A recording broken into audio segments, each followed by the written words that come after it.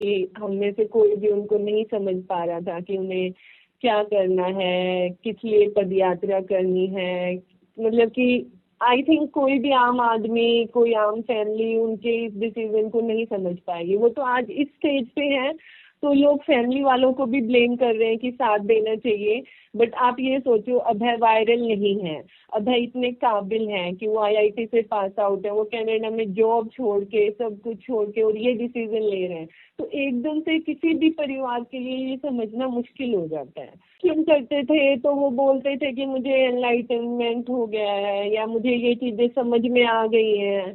तो एक्चुअली क्या है कि आज आज के टाइम में भी चलो ठीक है, जो लोग उनको फॉलो कर रहे हैं या नहीं फॉलो कर रहे हैं, बट मुझे लगता है कि उनका इंटेलेक्ट लेवल इतना ज्यादा है कि आधे से ज्यादा लोग उनको अभी भी नहीं समझ पा रहे हैं कि वो करना क्या चाह रहे हैं। ठीक है, तो उस टाइम हमें भी नहीं समझ आया था कि वो करना क्या चाह रहे हैं। मैंने अभय को कनाडा बुलाया तो उस टाइम उनका थोड़ा डाउन फेज चल रहा था। लाइक जैसे उन्होंने एक्सप्लेन किया, वो थोड़ा डिप्रेशन फील करते थे, बिल्कुल एनर्जी लेस फील करते थे। ना उनका खाने का मन करता था, ना उनका किसी से बात करने का मन करता था, सिर्फ बिस्तर पे लेटे रहते थे और मतलब कि सिर्फ स्मोकिंग एंड ये सब कुछ। तो उस टाइम क्या हुआ कि वो जब कोई आदमी डिप्रेशन में होता है तो आप सोच के देखना कि उनके साथ वाले पे उसका कितना असर पड़ता है। लाइक मैं उनको बोल रही हूँ भाई खाना खा लो, वो खाना नहीं खा रहे, मैं उनको दूसरी बारी बोल रही हूँ, तीसरी बारी, ऐसे ही हर काम के लिए करते करते, ठीक है, मतलब कि बहुत टाइम लगाया, बहुत एफर्ट लगाए और वो ठीक भी हो गए थे। बट फिर जब उन्होंने जॉब स्टार्ट की तो उन्होंने बोला कि ये जो क्लाइमेट है ना, मैं इसमें ज़्यादा ट्रैवल नहीं कर पा रहा। हम जहाँ पे रह रहे थे वो थोड़ा डिस्टेंस पे पड़ रहा था, तो उन्होंने बोला कि अब मुझे अपने ऑफिस के पास ही रूम लेना है। तो हमने उसे समझाया कि अभी आप थोड़ा और रुक जाओ, ठीक है, क्योंकि अकेले रहना इस सिचुएशन में बिल्कुल ठीक नहीं है। अभी तो हम फिर भी आपका ध्यान रखते हैं, यहाँ पे खाना पीना, अकेले आप ये सब कैसे करोगे। बट उन्होंने डिसाइड किया कि नहीं, ये बहुत एनर्जी कंज्यूम करता है, ये ट्रैवल और ये सब कुछ मेरे से नहीं हो पा रहा है, तो वो अलग चले गए। और फिर कनाडा में क्या होता है कि एक बार तुम लीज साइन कर दो तो वो 1 साल या 1.5 साल के लिए होती है। अगर तुम उसको ब्रेक करते हो तो तुम्हें मतलब कि बहुत ज्यादा, तुम्हें 2-3 महीने का रेंट उनको पे करना होता है। तो ऐसे ही टाइम चलता गया और उसी टाइम जब वो मूव हुए उसके बाद कोविड स्टार्ट हो गया। तो एक के बाद एक ऐसी चीजें होती रही कि ना चाहते हुए भी वो हमसे ऐसे अलग अलग हो गए। और फिर क्या होता है कि जब वहाँ पे कोविड लगा तो वहाँ पे रूल्स इतने ज्यादा थे कि वो फिर हमारी बिल्डिंग में घुस भी नहीं पाते थे। तो हम उनको कभी पीछे के दरवाजे से वो कोशिश करते तो वो उनको अच्छा नहीं लगता था बिल्कुल। तो फिर वो फिर से बिल्कुल अकेले पड़ गए। और उस टाइम मतलब डिप्रेशन तो उनका बहुत ज्यादा वो ओवरकम कर चुके थे, बट हमेशा मतलब पढ़ते रहना और ये सब कुछ, तो उनका थोड़े टाइम बाद उससे भी मन उठ गया कि नहीं यार, ये तो मतलब कि अकेले फिर से कमरे में कैद हो गया हूँ। तो उन्होंने डिसाइड किया कि मैं जा रहा हूँ इंडिया। तो मेरे पेरेंट्स की सबसे अच्छी चीज ये लगती थी कि उन्होंने कभी एजुकेशन के लिए नहीं रोका। तो पापा हमेशा बोलते थे तुम्हें जितना पढ़ना है पढ़ो, ठीक है, मेरा काम जो है मैं पैसे फीस देने का मैं वो करूँगा, ठीक है। तो वही है कि अभय ने बहुत सारी नॉलेज ली है। तो मतलब कि मुझे कुछ गलत नहीं लगता, जिस रास्ते पे जा रहा है वो थोड़ा हमारी समझ से बाहर है। और वो भी आई थिंक कहीं ना कहीं सोसाइटी का प्रेशर है।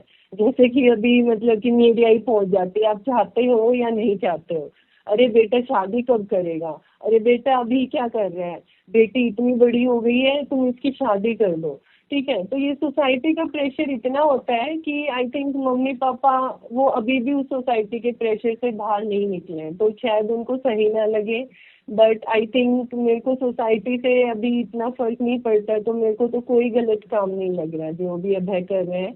और जो अभय कर रहे हैं आई थिंक वो कोई कर भी नहीं सकता। He is the chosen one. Feel होती है कि जैसे वो अपने इमोशंस बहुत ही क्लियरली, मतलब जब हंसना हो हंसते हैं। आजकल क्या है कि हम ऐसे एनवायरनमेंट में आ गए हैं, किसी बड़े से भी ऑफिस में जाते हैं तो बिल्कुल शांत, कुछ अच्छा लग रहा है तो भी नो एक्सप्रेशन, कुछ बुरा लग रहा है तो भी नो एक्सप्रेशन। इसीलिए लोगों की उनकी हंसी पे भी क्वेश्चन है, ठीक है।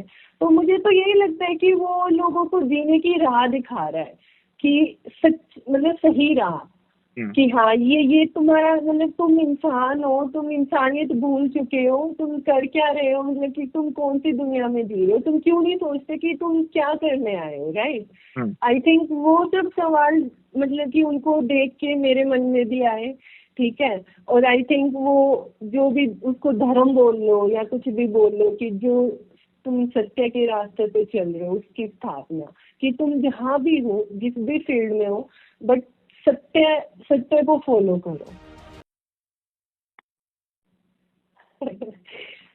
एक्चुअली स्टार्टिंग में सुनते हैं तो उनकी कोई भी बात समझना इतना आसान नहीं है, वो ऐसे घुमा देते हैं लोगों का दिमाग कि आम लोगों की समझ से बाहर है।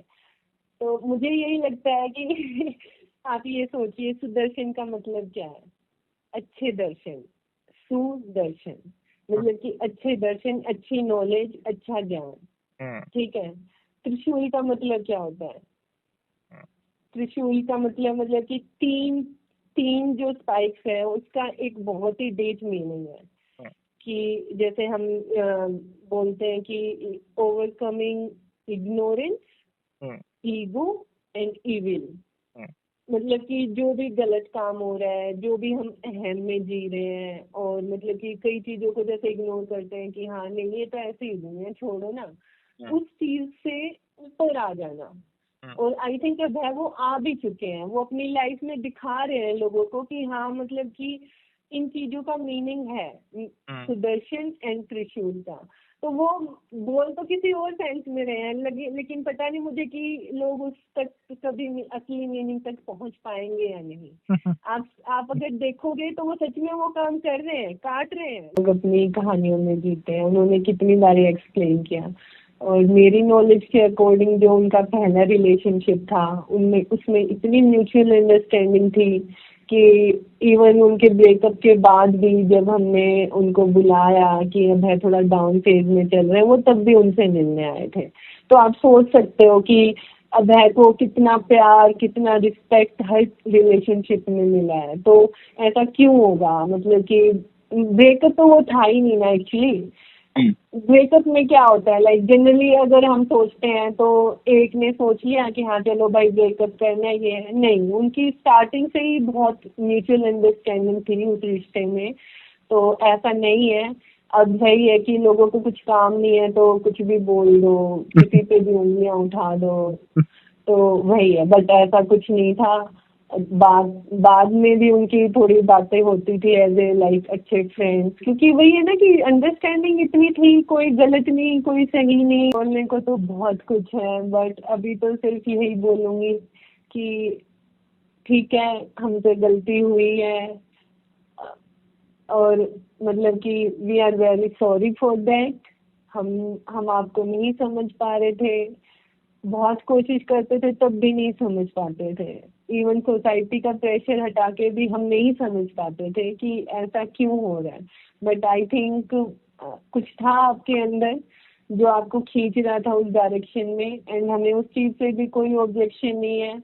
ये जो लोग मम्मी पापा के क्वेश्चन पूछते हैं उनको बोल दो कि उनकी एक बेटी भी है, और ना ही उन्होंने कभी उम्मीद रखी है, और वो उनका ख्याल रख लेगी। तो शायद उन लोगों को भी समझ आ जाएगा कि हाँ ऐसा कुछ नहीं है, उनके मम्मी पापा का ध्यान रखा जाएगा और उनको टेंशन लेने की जरूरत नहीं है।